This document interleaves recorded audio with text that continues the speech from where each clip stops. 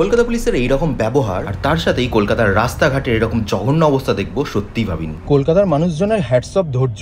আমি একটুখানি চালাতে গিয়ে মানে একটা রাস্তা জাস্ট ভুল করেছি, কতটা ঘুরিয়ে নিয়ে এসে ওই ইউটার্ন নেওয়াচ্ছে। রাস্তার যা কন্ডিশন মানে জাস্ট কিছু বলার নেই, বিরক্তিকর লেগে যাচ্ছে।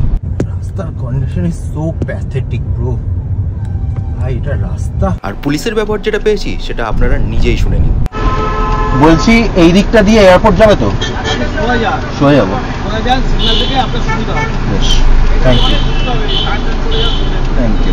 কিন্তু তার আগে একটা কথা বলে দিই, আমার এয়ারপোর্ট থেকে বেরোনোর পর আবার আমাকে এয়ারপোর্ট যেতে হয়েছিল একটা ব্যাগ দেওয়ার জন্য। বলছি এয়ারপোর্ট যাবো কি করে?